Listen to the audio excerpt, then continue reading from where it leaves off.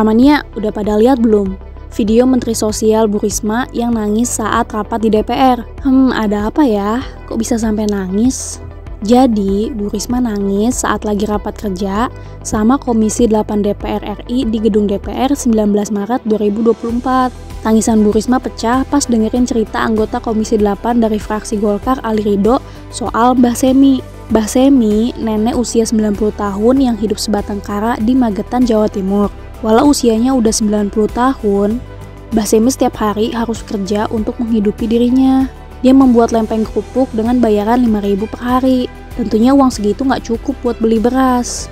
Nah, Mbak Semi ternyata sehari-harinya hanya makan tahu dan kacang panjang yang direbus tanpa lauk lainnya. Hal itu diceritakan langsung sama anggota DPR Ali Ridho sambil menahan tangis. Ali Ridho ternyata sempat berkunjung ke rumah Mbah Semi. Dan pas di rumah Mbah Semi, Ali Ridho terbayang-bayang wajah Mensos Risma. Dia nggak bisa bayangin gimana pusingnya Bu Risma yang harus mastiin semua warga kurang mampu di Indonesia bisa mendapatkan bantuan.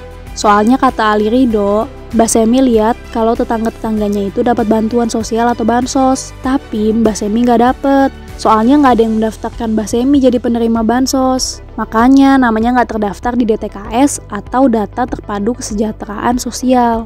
Ali Ridho terus nanya ke Bu Risma, sebenarnya siapa sih yang bisa ngusulin nama-nama orang yang terdaftar di DTKS?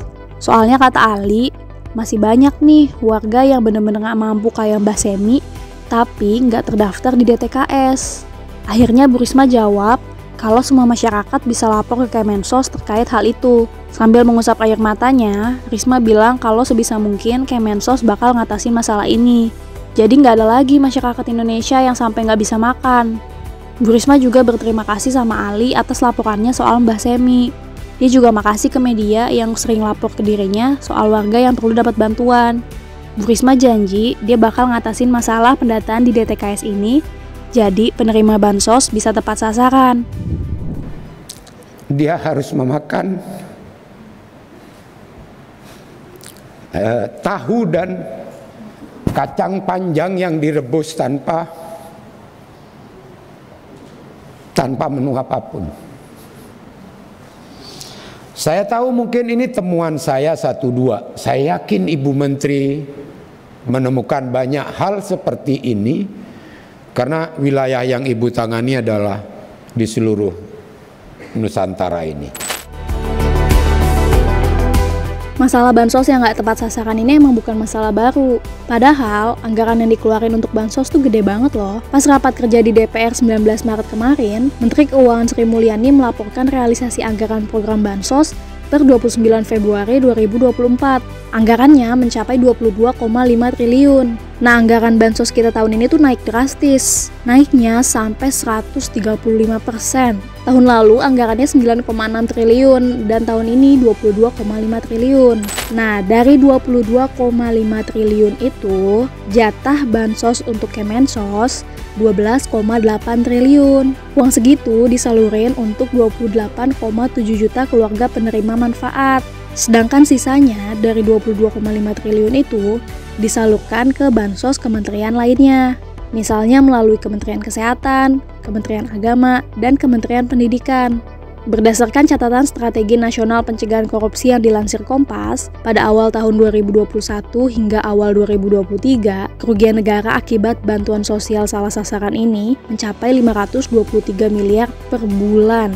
Nah, dalam rapat kerja Komisi 8 DPR 19 Maret kemarin, Wakil Ketua Komisi 8 DPR dari fraksi PKB, Marwan Dasopang, juga membeberkan data nih. Data yang dibeberin yaitu data temuan dari Badan Pengawas Keuangan atau BPK soal penyaluran bansos.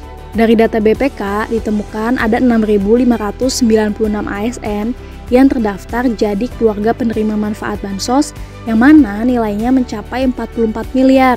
Terus ada juga penerima bansos tapi udah punya jabatan di ASN dan nilainya mencapai 3 miliar. Nggak cuma itu, BPK juga nemuin 30.436 bansos sembako yang salah sasaran ke warga yang udah punya pekerjaan.